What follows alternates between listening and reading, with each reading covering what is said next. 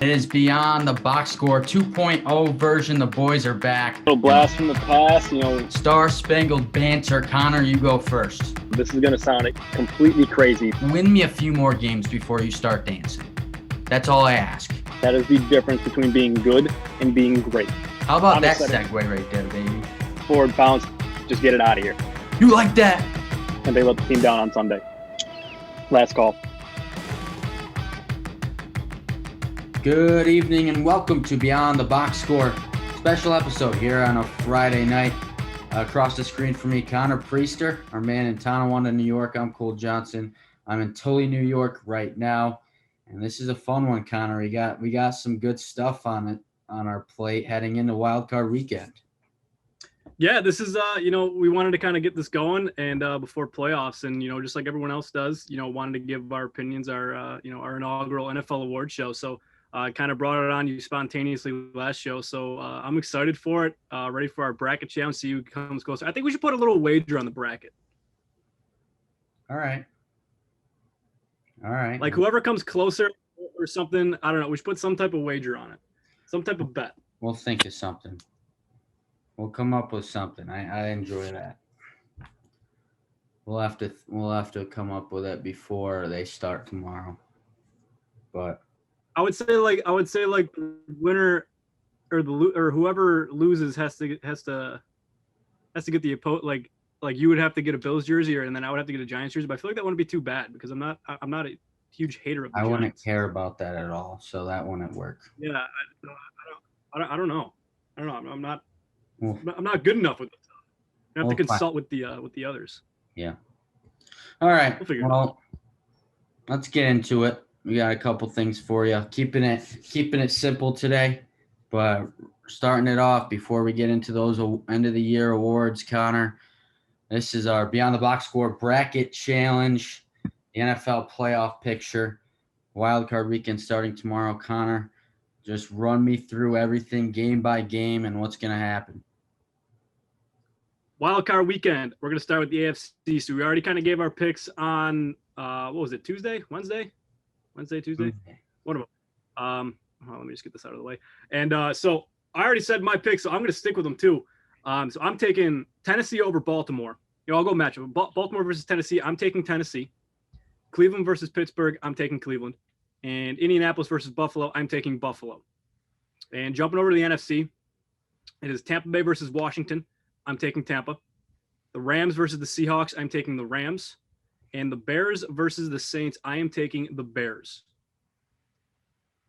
Yeah, that upset you talked about. So, you want me to keep going or you want to go your wild card now? I'll just do the whole your entire bracket. All right, so then with that being said, for the divisional round, it will be Cleveland versus Kansas City. I'm taking Kansas City. I think that should probably be a pretty easy game for Kansas City. And then it would be Buffalo versus Tennessee, which would be a rematch from earlier in the year, where they had that kind of like weird conflicted schedule because of COVID, where they played on a Tuesday night. But I think Buffalo's going to take down Tennessee in this one. I think it's going to be a very close game. I think Derrick Henry is going to be, just the Achilles heel for Buffalo. I think Buffalo's going to be able to scratch out a win and advance to the AFC Championship game, setting up Buffalo versus Kansas City. But before we jump to that, it would be the NFC divisional round. It would be Green Bay versus Chicago. Great sports rivalry or great football rivalry, one of the best in sports as well. But that should be an easy win for Green Bay. One of the best teams in football. And then a very good matchup, I think, in Tampa Bay versus the Rams. That, honestly, out of all the ones in the divisional that I'll be predicting, I think Tampa Bay versus the Rams would be fantastic. Especially if it all depends if the Rams can get there first. So we know how shaky and inconsistent the Rams have been. But if the Rams are playing their best football, that's going to be a really, really good game if that happens. But I think Tampa Bay wins. I mean, Tampa Bay's hot right now. And we talk about it all the time. Teams that are hot going into the playoffs are teams that are going to excel in the playoffs. So I got Tampa Bay beating the Rams in the divisional. Jumping over to the AFC or to the conference championship, we'll start with the AFC. It'll be Buffalo versus Kansas City. That it's almost like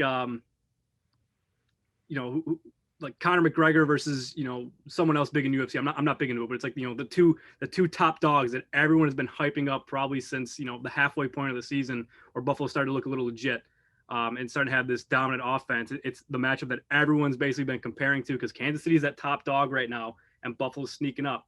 So that matchup would be insane. The NFC matchup also would be insane with Green Bay and Tampa Bay. If we got those for the conference championship, I would be ecstatic because those would be two very good football games. But I got Buffalo taking down Kansas City, and I got Green Bay beating Tampa, setting up what would be a Buffalo versus Green Bay Super Bowl. Now, listen, I really didn't want to give them a Super Bowl prediction. I really didn't because one, I don't want to jinx anything. 2, it's kind of hard for me not to pick the Bills. And 3, I do feel like that this can be Green Bay's year, but I don't want to go against the Bills, especially if we're talking about the Super Bowl. I will go against them in the regular season all day. I mean, if I'm trying to pick a game right, but I do not want to go against them in the Super Bowl. I feel like, I don't know. But I'm taking Buffalo in the Super Bowl over Green Bay. And I think that would make for probably one of the best Super Bowls we've had in a while. There we go. Look at that. Connor Priester going 2021, and we're talking about the Buffalo damn Bills in the Super Bowl. Not only that, but winning it for you, huh? I mean, I told you it's hard. I think really that game could be unbelievable.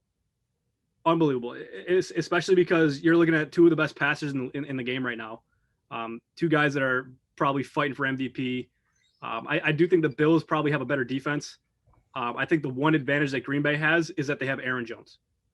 And the Bills really don't have, a high-end running back right now. And I think that game could really be won with the run game by Green Bay. But again, I mean, won't know unless it happens. So I got Buffalo versus Green Bay in the Super Bowl. Buffalo winning. All right. I'm not going to disagree with you here. Well, for those of you looking, this is Connor's bracket. We'll share the screen real quick. This is Connor's. That's it. Kansas City getting the bye, taking down Cleveland in the divisional. Tennessee. Whoa! What? You put Green Bay as the champions. Oh, crap. That is my bad. Let's do this. That's just bad voodoo already, my guy. I'm sorry. I think I was I got ahead of myself. Because before we talked, I thought you were going with Green Bay, but I told you it's hard not to go against Green Bay, but I have to. All right. Well, there's Connor's bracket. He's got the Buffalo Bills winning it all. All right. We'll get into mine. Here we go, Connor. You ready? I'm ready. All right. Here we go. So,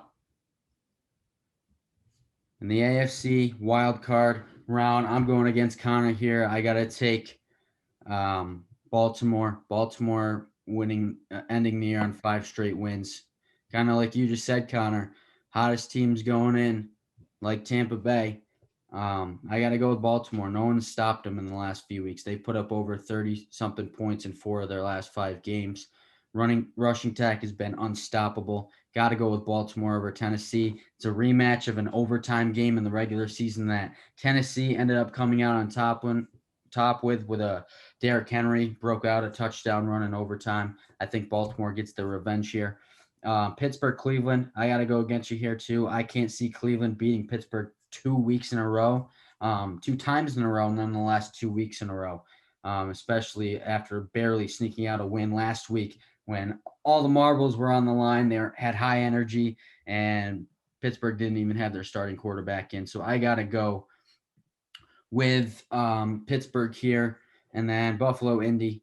I think it is going to be a tougher matchup for Buffalo than most people think, but Buffalo is going to prevail because they, of course, are the hottest team in the AFC right now. Head over to the NFC wild card round, Washington, Tampa Bay. Like you, Connor, I got to go with Tampa Bay in this one. Tom Brady in January. I can't pass up on it. Not yet. Seattle and LA Rams. I got to go with LA Rams right now. This is the third matchup between these two NFC West rivals. Seattle getting the better of LA in the last one, but Seattle has not been playing well of late. Russ has not been cooking, as you said the other day, and that offense has been pretty it's been shut down for the most part. Got to go with LA in this one. And then New Orleans, Chicago. I got to stick with New Orleans. I'm not ready to bounce on that Chicago train yet. I've been against them all year. They snuck into the playoffs because of an Arizona loss. They're 8-8. They had a 6-game losing streak midseason. Right now, they're still not playoff form. I got to go with New Orleans. Head over to the AFC Divisional. Kansas City and Baltimore. I think Baltimore gives them their best shot. I think this game, if we're going to go crazy here, I think this game goes overtime, Connor. I think it goes overtime. Baltimore is going to make Kansas City sweat, and I gotta go. I gotta go with Kansas City, taking them down, getting to the AFC title game, and then Pittsburgh and Buffalo rematch of that Sunday night game. But I gotta go with Buffalo here. They're gonna take down Pittsburgh for the second time. Buffalo, Kansas City, AFC title game, just like you. I can't see it happening any other way. NFC divisional.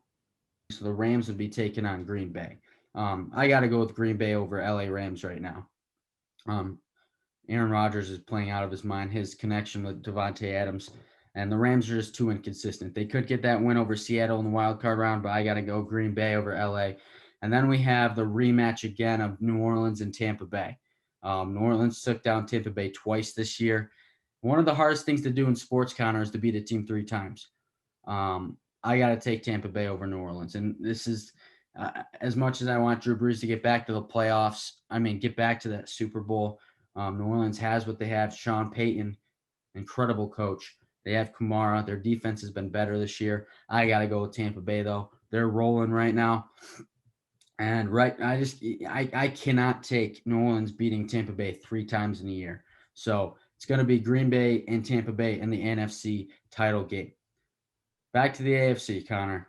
Kansas City and Buffalo. I got to go with my gut. I got to join you here. I think Buffalo wins that. This is just the year for it to happen. I think early on in the season, I thought it was an absolute lock that Kansas City was going to be a back-to-back Super Bowl champion. But they've shown their weaknesses in parts this season, and I think Buffalo will be able to expose them, especially because they played early on in the year, and neither team got a good look at each team because it was a Tuesday night game. It was a mess. I got to go with Buffalo and Josh Allen in this one. So Buffalo on their first Super Bowl since the early 90s, and now the NFC title game. I was very, very close to putting Tampa Bay in the Super Bowl, Connor. This close. Like I was more torn on the NFC title game than I was on Buffalo taking out Kansas City. But here we are. This is the year for Aaron Rodgers. This is it. They've been there every year. If you look at Green Bay in the years past, I'll get into that when I hear in the Super Bowl matchup. Green Bay, I got to take them over Tampa Bay. Tampa Bay took them to town earlier in the regular season. I think Green Bay gets back at them. And we have a Buffalo and Green Bay Super Bowl. So we do have the same Super Bowl matchup, Connor. That's interesting. I didn't know if we'd get to that point, but I think we can both agree that's what the cards are showing us right now. But we get to the Super Bowl, and this is where we have our difference. I got to go with Green Bay and Aaron Rodgers. Buffalo, this close to being another Super Bowl champion. I think you give them another year or two, they are going to be on top of the NFL world. But this year, it's got to go to Aaron Rodgers and Green Bay. If you look at Green Bay's history over the last 10 years, you know they won Super Bowl 45 back in 2010-11 season. Since then, you know, they've won 1, 2, 3, 4, 5, 6, 7 NFC North titles, and they have continuously lost in the division, lost in the wild card, lost 3 conference title games, including last season. They're like right there on the brink of it. This year, they finally have a defense that stepped up a little bit and made it a little easier for Aaron Rodgers and company. And he's playing his best football. He's at where some of his best football he's played in his entire career. I got to go with Green Bay. This is the year, and then Aaron Rodgers can finally get that second one out of the way, put himself up in the top tier of quarterbacks in NFL history, like cement his name in there, and that's it. So we had the matchup, but I'm going with Green Bay in this one. So I think what the main kicker will be, if we're picking the same matchup, it's whoever has more matchups taken correctly. Yeah, I think that's what we could separate with the tiebreaker. Well, we had. So basically, if Chicago beats New Orleans, I think I just win it all. Yeah.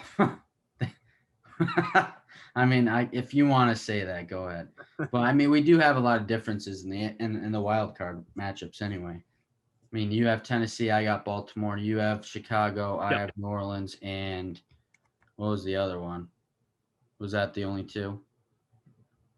That might be the only two. So, but oh, you have Cleveland over Pittsburgh too. So we have 3 differences in the wild card round. But all right, guys. Those are Connor and Cole's brackets. We got Buffalo and Green Bay in the Super Bowl. We split on the decision. Now we get into the inaugural Beyond the Box Score NFL End of the Year Awards show. Connor, let's kick it off. Give us the category and then we'll go back and forth. Here we go. So we'll just read it off. So the way that we did it too, we didn't do it exactly up to NFL standards. A couple of them we split in between AFC and NFC just to kind of, give us a little bit more content so we can kind of talk about some more stuff. So we got AFC Offensive Player of the Year, NFC Offensive Player. Did I say NFC twice? AFC and NFC Offensive Player of the Year, NFC and AFC Defensive Player of the Year, Rookie of the Year for both conferences, Coach of the Year for both conferences, a Comeback Player of the Year for the whole league, and then MVP for the whole league. So kick it off right away. AFC Offensive Player of the Year. Running back from the Tennessee Titans, Derrick Henry is my selection for AFC Offensive Player of the Year. I mean, you look at the numbers, you look what he's done. I mean, over 2,000 rushing yards, and he needed like over 200 to get it in his last game. I mean, the dude averaged 126.7 yards per game. That's just absurd. 17 touchdowns, and just 5.4 yards per attempt. I mean, it's otherworldly. He had a dominant year. He is the backbone of that Tennessee offense. And to me, it is very well deserving the AFC Offensive Player of the Year award, and maybe even Offensive Player of the Year. And I think he's even up there in MVP talks as well. It's just the season that he had and what he means to that Tennessee Titans team. He deserves it. Yeah. Absolutely. All right, so let's put in the kicker here. I think one of the most boring things is for us to agree all the time. So we have to have some differences here. So, as much as I'd love to put Derrick Henry up there too, we got to have some differences. I got to go with Stephon Diggs. I know you appreciate that, all you Buffalo fans. Oh, here's why. I mean, first in receptions, 127. First in yards, over 1,500. 8 touchdowns. He was an immense card in the transformation of this Buffalo offense in 2020.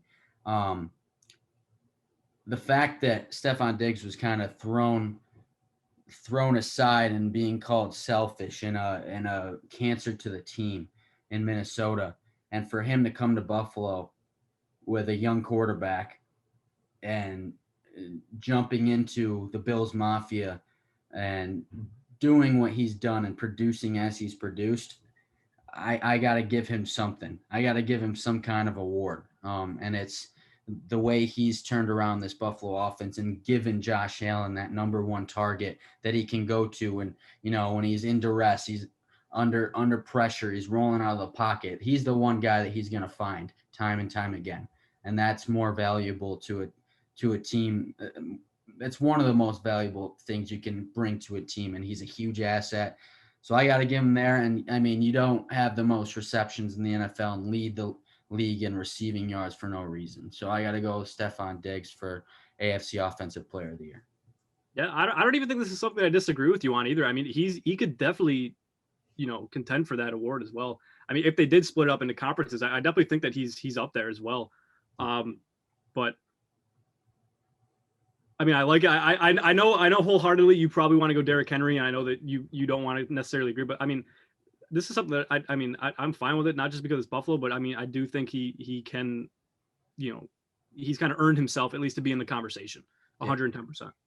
So moving on now, we got NFC Offensive Player of the Year. I am going with the quarterback out of Green Bay, Aaron Rodgers. I mean, he's him and Devontae Adams really are this offense, but then Aaron Jones can help carry the load running the ball as well. But, taking your team to 13-3, over 70% completion percentage, almost 4,300 yards, led the league in total touchdowns with 51, 48 passing touchdowns, 3 rushing, averaging almost 270 yards a game. And the number that sticks out to me is only 5 interceptions.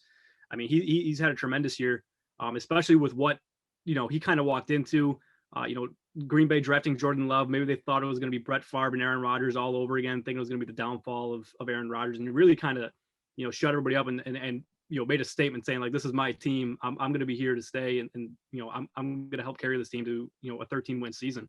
And now they're charging into playoffs looking for a Super Bowl. So he's my offensive player of the year. To me, I really don't think there's many others in the NFC that really come necessarily close. But I'll see what you got. This was a tough one. I think my second place vote was actually going to be Devontae Adams, being the receiving end of Aaron Rodgers, and the 18 touchdowns, incredible. And that duo, I'll touch on it a little bit later, one of the best duos we've ever seen. But in this instance, I'm going to go with someone who led the league in touchdowns, and it wasn't in just one facet. It's rushing and receiving, and just the amount of threat that this player brings to an opposing defense when they're in opposing defense territory. I got to go with Alvin Kamara of the New Orleans Saints. 21 touchdowns total, 21 rushing, 5 receiving. And we also the 6 touchdown game against Minnesota on Christmas. Every time they have the ball on the other side of the 50, you're looking at Kamara and you're thinking he's going to score a touchdown. And I mean, there's so many talented offensive players in both leagues, but just for this season and what he means to New Orleans, and especially how valuable he is to New Orleans, because if you look at this year, everyone knows Drew Brees is his career is coming to an end. He doesn't have the same arm power that he used to. He's not able to go deep down the field like he used to. Having Alvin Kamara come out of the backfield and using him as a safety valve, and the way he's able to run in yards after contact, create space on his own, he's basically like another receiver just coming out of the backfield, and he's special. So just how valuable he is to New Orleans offense, specifically this season, because of Drew Brees' flaws that he's brought into this year and his injuries. I think that I got to go with Kamara on this one. 21 total touchdowns. That's just crazy.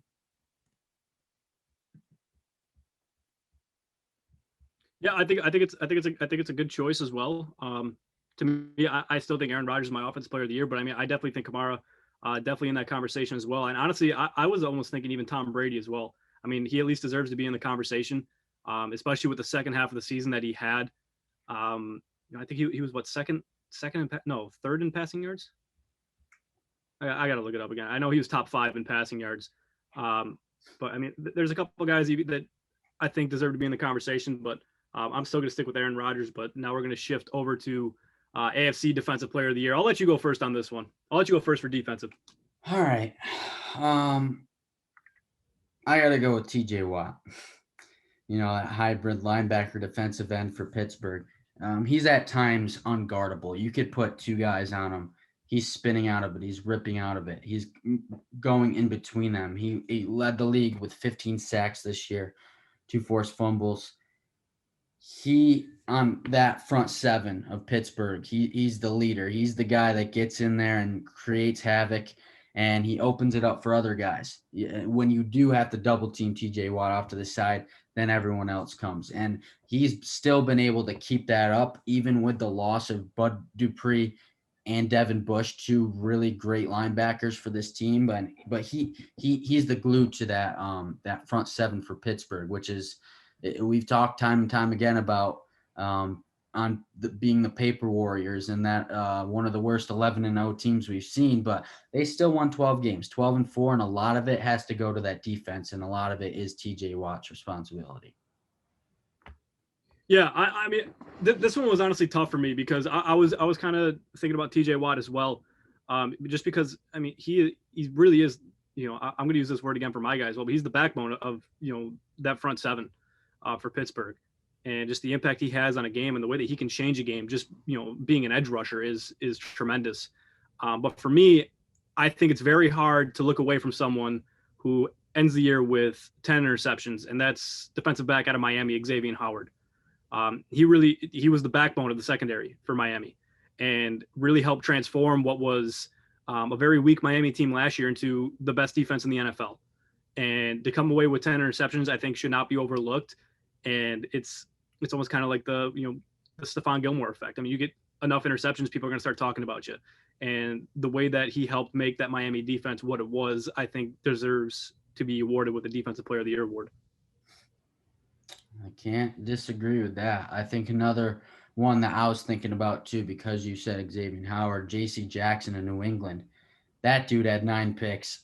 He held that thing. He was up there for me, second or third place pick. The difference he made on defense for New England. I know it was not their year, but they had 6 opt-outs on the defensive side of the ball this offseason, and he kind of helped on the back end with Stephon Gilmore.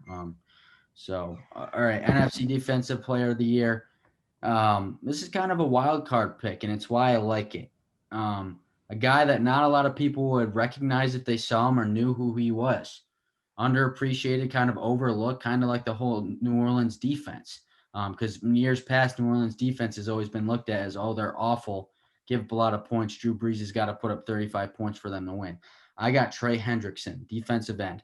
It came out of nowhere this year. He's been creating havoc, 13 and a half sacks, tied for second with Aaron Donald, tied for second overall in the league, tied for first in the NFC lead with Aaron Donald. And when you're in the same company as Aaron Donald, you're doing something right.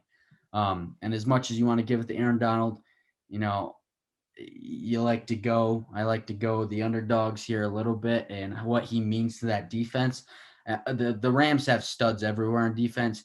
New Orleans, they do too, but not as much, and they're not as noticeable. So for him to come out there and come out with 13 and a half sacks, that's huge for New Orleans. So that's very valuable. So yeah, I looked at it when we discussed we were going to do this. I looked at it. And it's like I didn't want to go there and Donald. Does he deserve it? Probably a little bit. But there's another guy that really jumped out at me, and this is edge rusher, basically from Tampa. They had him listed as a linebacker, but he's more of an edge rusher, defensive end. And that is one of your favorites, Jason Pierre-Paul, JPP. I had to do it to you. I'm sorry. Listen, he wasn't at the very top of the leaderboards in sacks, but he was up there. He finished the year with 9.5 sacks, 55 total tackles. But the numbers that jump out to me is the 6 pass deflections, the 2 interceptions, 4 forced fumbles, and 2 fumble recoveries. I mean, this man did it all year for Tampa Bay. He was an absolute threat on the quarterback, the run game, everything. Excuse me. And just seemed that no matter what, every play, he was getting pressure on the quarterback, whether he was in his face or whether he was still at the line and jumping up and getting his big paws on the ball and breaking up a play. So, I mean, I think he just had a tremendous year for Tampa. And whether, if they did give out, separate conference awards, I think he definitely deserves to be in the conversation, if not winning it. So, I mean, there's not much more you could say about JPP. He had a tremendous year. So, really, really made, the front 7 for Tampa Bay a little bit better. Hey, imagine if he didn't blow 2 of his fingers off. That he. I was going to say that because there were multiple games that I watched where he dropped interceptions. Because, I mean, he's so versatile where he can rush, but he's also good enough where he can drop back in coverage too. And there were a couple times where I was watching games where he probably had 3, maybe 4 dropped interceptions this year, I'd have to say. Well, that poor guy. If he had those 2 fingers, he'd probably still be in New York. That's when it all went downhill. Yeah. Hey, I mean, he was their defensive player of the year in their last Super Bowl, in Super Bowl 46. So, I don't know. Yeah, you almost blew up once, and you blew up this year for Tampa. So, finally happened. So, we're going to move on now. AFC Rookie of the Year. To me, I think this one is very easy as well. And I know you don't like agreeing, so you're probably just going to give another different one. But I'm going with Justin Herbert. I mean, he broke rookie passing records in passing touchdowns, total touchdowns, completions with 396, most games with 300 or more yards with 8. He finished with now I'm looking at it now, a 66.6 completion percentage. Not good because that's the devil's number. 31 touchdowns, 5 rushing touchdowns, 10 picks, which, it's not the worst, but, it's not bad for a rookie. But the thing that is kind of funny, though, is because he got really, really, really weak towards like the second half of the season, where he had a lot of quiet games, really bad games, and he could have broken the passing. He was only like 40 yards away from breaking it, the rookie passing record. Definitely that game against New England did not help. But I mean, there's a really bright future with this kid, especially if they keep the talent that he's surrounded with in LA, and if they bring in the right coach. I mean, there's a whole pool of them out there that can really go in there and help transform, what would be a next year, a second-year quarterback into, probably a top-end talent in the league and really make, solidify that offense for LA. Yeah, I can't disagree with that. I mean, especially how he started the year. Imagine if Tyrod Taylor didn't get his lung punctured. Yeah, there was He may have never stepped on the field this year. Imagine that. He did this by starting the year as, we're going to keep you on the sideline for at least a year. Imagine if they didn't do that. LA may have won 3 games without him coming out. So what he was able to do after not starting the season was pretty good. And I think we saw his potential in the performance he put out when they played that game in New Orleans earlier in the year on Monday night. He showed exactly what he's going to be. Great talent, but like always, I can't agree with you on this. I got to go in a different direction. And I'm going to go in Jonathan Taylor's direction. Running back for Indianapolis. He's a stud. That's all you can say about it. He, over 1,100 yards rushing and 11 touchdowns in his rookie season. He completely opened up this Indianapolis offense, which at times is very limited. It has a very low ceiling because you have an old quarterback in Phillip Rivers who, he also, like Drew Brees, can't throw the football like he may have used to have been. He's a very game manager system type quarterback. When you bring in a young running back with this energy that can do this, it means worlds to that offense. And when you pair him with a guy like Nyheim Hines, they can kind of share the load. They're both great receiving backs, and that's a great offensive line in Indianapolis. You got to give some credit to them too. They've opened up some huge holes for Jonathan Taylor to run through, but once he hits it, he's gone. He creates space. So just because I got to disagree, I'm going with Jonathan Taylor on this one. Yeah, I mean, especially with the second half that he had, the second half that he had and the second half that Justin Herbert had, he definitely is giving him a run for his money. But I think just with Herbert breaking records, I think that's what really kind of solidifies it for me. But I mean, I'm not disagreeing that Jonathan Taylor deserves to be in the conversation because he had a unreal second. He was arguably the second best running back in the NFL in the second half of the season, right behind Derrick Henry. We talked about this on the last show as well. But yeah, what he means to that team, and if he can keep that up, no matter who they bring in next year or if they bring Rivers back, I mean, it's definitely going to be an asset, especially with his versatility. Yeah, and actually, I want to throw this in there because I had a close second. He gets a second place vote. Someone I honestly did not really know who he was at all until he played a couple games of James Robinson in Jacksonville. He's a sly little guy. He just sneaks in the little holes. He can catch the ball in the backfield. I was like, whoa, who is this guy? Yeah. And the funny thing is you wouldn't know who he is if you didn't play fantasy football because nobody talked about Jacksonville. No. And what he did, it's flying so far under the radar, but I'm actually glad that you mentioned him because I'm pretty sure he was like a top 5 fantasy running back this year. And with how bad Jacksonville was, it's hilarious that more people aren't talking about him, but he had a unreal rookie campaign. Yeah, that's how I found out about him because I played against him in one of the first few weeks, and I was like, I don't know who this guy is. I should be good, and he put up 30, and I'm like, all right. Yeah, it's crazy. Right. NFC Rookie of the Year. Now, honestly, again, I'm shading in the direction of you broke records, you deserve the award, but this was actually really hard for me. But I'm going with, and I don't know if you're agreeing with me on this, but I'm going with wide receiver of Minnesota, Justin Jefferson. Breaking the rookie receiving record, 1,400 yards, 7 touchdowns. You agree with me on this? Yes. Okay. But it was honestly so hard.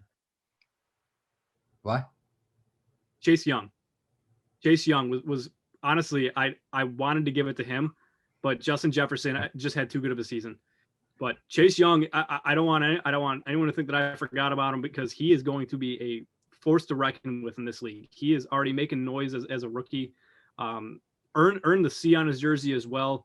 And really, he's one of the sole reasons why that this Washington team was so dominant on the defensive side of the ball. But Justin Jefferson is my NFC Rookie of the Year. He's Cole's as well. Yeah, Chase Young will have his time. So that's going to bring us into the head coach. Yeah, he will. I mean, he's probably going to be fighting for Defensive Player of the Year for years to come. So now we're looking at AFC Head Coach of the Year. I didn't want to do it. But with what has happened this year, I have to do it. Sean McDermott from the Buffalo Bills. 13-3 this year. Multiple franchise records broken, whether it was team statistics or individual stats. Helped evolve one of the most inconsistent offenses in the league last year, one of the most dominant, along with being a top defense in the league, and along with a very solid special teams unit in the NFL. He's the real deal. He's the total package for a head coach. First division title since before I was born. The list goes on. I mean, what he has done in building this team, not just to make them into a powerhouse this year, but also building them for the future. With he and Brandon Beane, it's magical. It's amazing. And it's time to prove it in the postseason. I mean, it was tough because there's a couple of others because I know who you're going to pick. And I said, if that team won that week, then he deserves, because it was when we started the Monday headlines. And I said, if they win, this man will win Coach of the Year. But I'm sorry, they actually didn't win, but it was a really good ball game. And I still said, give him the award right now. But that was before I realized the Bills were going to go 13-3. So I'm going Sean McDermott for AFC Head Coach of the Year. Now you can announce who yours is. I know who it is. Brian Flores of Miami. Yep. Here's why. Not that I don't agree with Sean McDermott. Great head coach and a great guy. But Brian Flores, the way that he was able to turn around this Miami team and basically overnight in 1 year, going from they were 7-9 to 5-11 last year. I think they lost the way they turned it on last year is really what, transformed into this year and why Brian Flores is my pick. They lost I think they were 0-7 last year to start the year. And they finished the year strong. They battled and they won 5 games. And then they come out here in 2020 and win 10 games. You go from a 5-11 team who started 0-7 to a 10-win team in 2020. I mean, he made tough decisions. You can disagree or agree with it, but he went with Tua Tagovailoa over Ryan Fitzpatrick midway through the season. Not an easy decision, but he's doing it for a reason. He's doing it for the future. He probably knew that, sure, they could contend for a playoff spot, but that's not the most important thing right now. And I know they went out there to win Week 17, and they were this close to making the playoffs, but they still have 2 first-round picks this year in the draft, and they took leaps in the right direction in just 1 year. And you could, like I said, disagree or agree with the Tua decision, but you have to make those type of decisions, and I think it's going to work out for them because they're now one step away from an AFC's title. It's going to be a tough battle with Buffalo for years to come, but that quick turnaround is good enough for me to, give him the pick here. Yeah, it's going to be a fun AFC East moving forward. 110%. I agree. And Brian Flores is I have Sean McDermott as like 1A, Brian Flores is like 1B. And the thing that really made me decide is basically that Week 17 game. Like, you have a chance to go to the playoffs and you have a chance to show everybody that you're for real, and to kind of blunder the way they did. Yeah. I'm not saying necessarily falls directly on Brian Flores, but you kind of got to have your team a little bit more prepared to not get blown out like that. Yeah. So that was a big deciding factor. That, and also I wasn't a huge fan of the Tua decision. But at the beginning it did pay off, but then it didn't. But again, it's tough too because this was a weird year for them. For them to have the success that they did when they're probably trying to mold the rookie quarterback for the future. I mean, it's incredible that they had the record that they did. Mm-hmm. But I mean, I'm afraid of the Dolphins now, like for next year already, because who knows what's going to happen with Tua in the offseason. We've seen the strides that Josh Allen's made. Am I saying, is he going to make the same strides? No, but I mean, with good coaching, a young quarterback is just going to keep getting better and better and better. Mm-hmm. So we'll see what happens. And I know for a fact for NFC Head Coach of the Year, we are in agreement. And honestly, for these next two, just fantastic stories. Ron Rivera from the Washington football team is our unanimous NFC Head Coach of the Year. I'll explain my first. I mean, yeah, they're in a weak division, but taking a team that was essentially counted out, and with all the drama from team name to kind of front office scandal stuff to Dwayne Haskins, a team that was counted out and made the most of their opportunity. Battled adversity, turned a terrible team with nothing into a team that has one of the better defenses in the league, honestly. They drafted right and they executed. Chase Young, really, honestly, on the defensive side of the ball, is a franchise-altering player. They hit a home run with that pick. It just one of those building blocks of building a dominant defense. And they got the job done. They're in the playoffs, and now, hey, anything can happen. Anything can happen now. They're in the playoffs. Yeah, and that's where I come in and agree with you here because,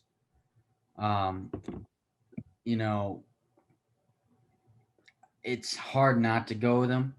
I like I told you this, a very, very close second, and I think it came down to who won this division after Week 17 was Joe Judge because of what he did to turn around the New York Giants team in just this year in his first year. To be able to do that and stick with it and battle and fight to win each and every week, you got to have a lot of leadership and be a leader of men to be able to do that. So I had Judge a close second, and Ron Rivera gets the edge simply because they ended up winning the division.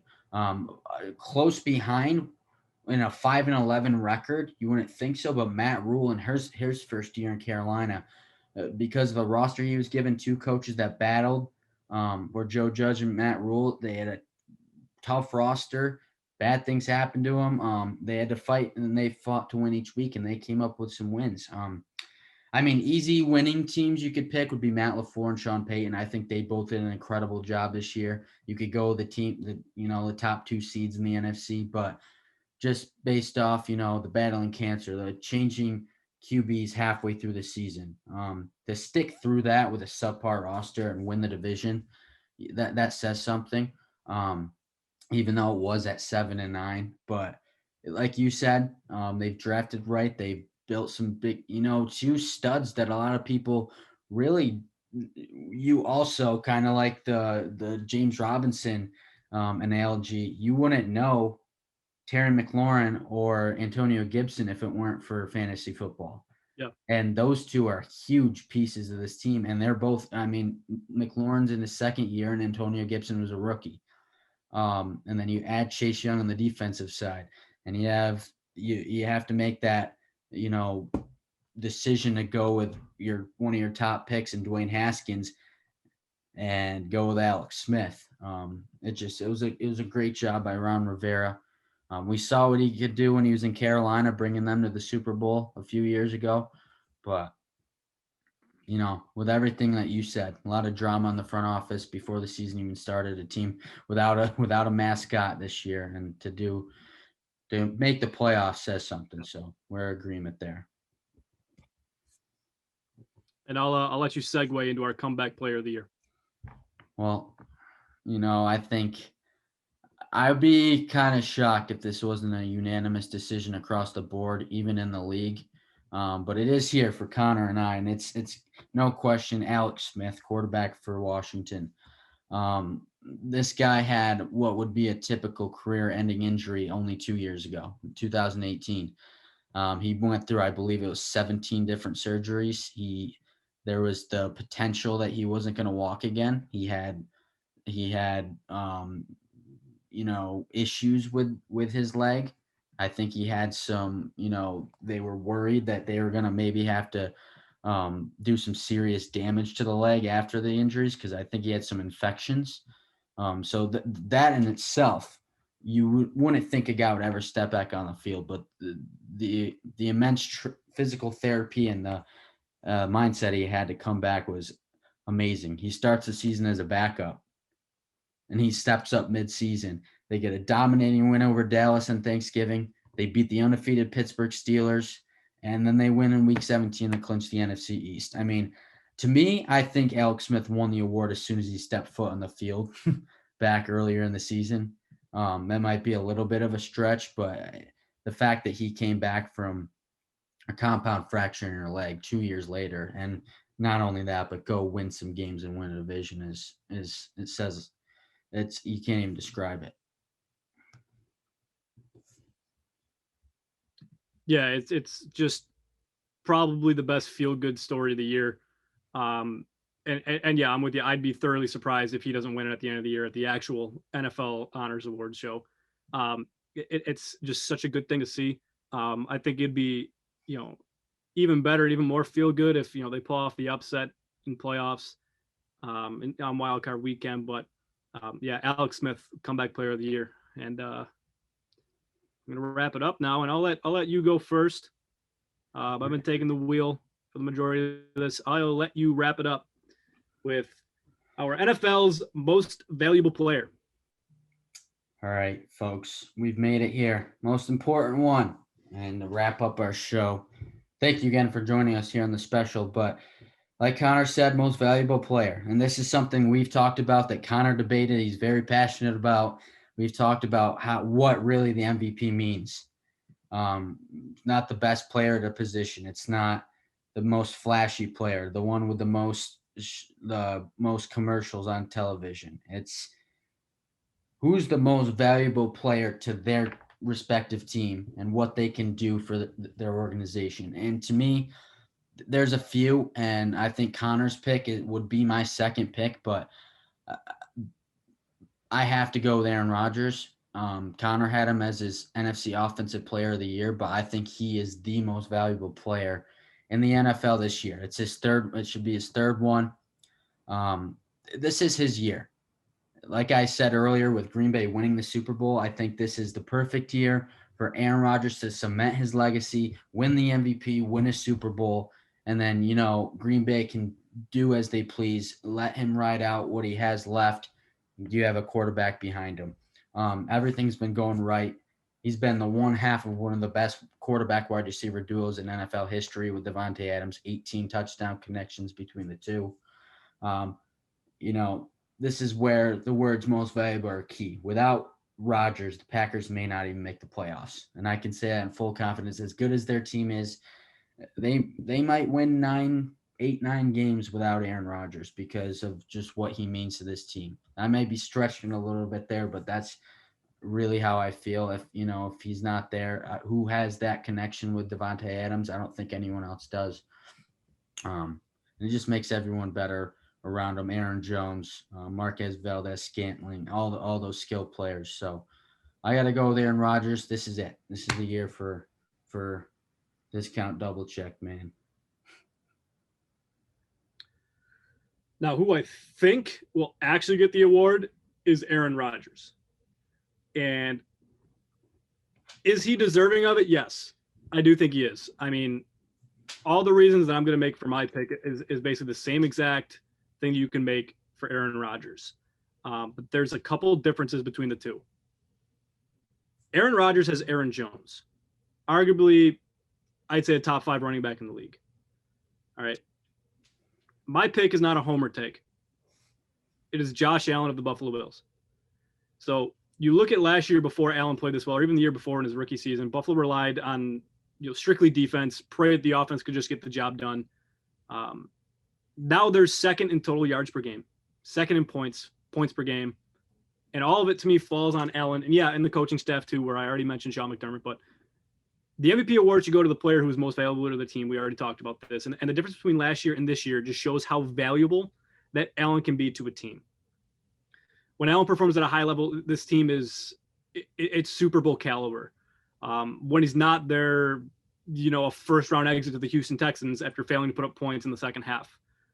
All right, no one's, and this isn't give the award to Josh Allen because he made a tremendous leap from year 2 to year 3, but he third in the league in passing yards, 4,544, second in total touchdowns behind Aaron Rodgers with 46, almost a 70% completion percentage, only 10 picks. To me, it's you take this Josh Allen off of this team. Yes, I understand they have Stephon Diggs this year, who was a huge game changer. But if you take this Josh Allen off the team, you have the Josh Allen of last year. Mm-hmm. And that this team is, and a first round exit. But when Josh Allen is playing at this level, he is the most valuable player in the NFL, in my opinion, because of what he means to the Buffalo Bills, because we've seen what the not so good Josh Allen is. When Josh Allen is playing like 2020 Josh Allen, this team is one of the best teams in the NFL. And there's no changing my mind on that. And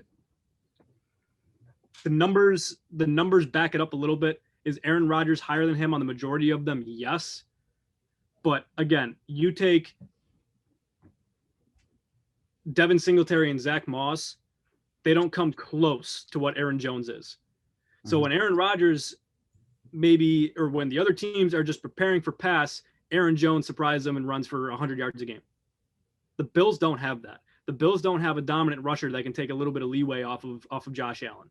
It has to be Josh Allen. For the Bills to win, Josh Allen needs to perform. They can't rely on the run game because they don't really have one. Devin Singletary kind of took a step back after being projected to have a big year. Everyone thought Zach Moss was going to be this amazing complimentary back to Devin Singletary, but that hasn't really happened yet this year. It hasn't happened at all, actually. There's been a couple good games where they'll pop up late and be able to milk clock, where it seems like they can run the ball better when the other team is expecting it. But again, to me, the difference is really that there's no run game for the Bills to rely on. They have to rely on the arm and the legs of Josh Allen. And he is the most valuable player to a team in the NFL.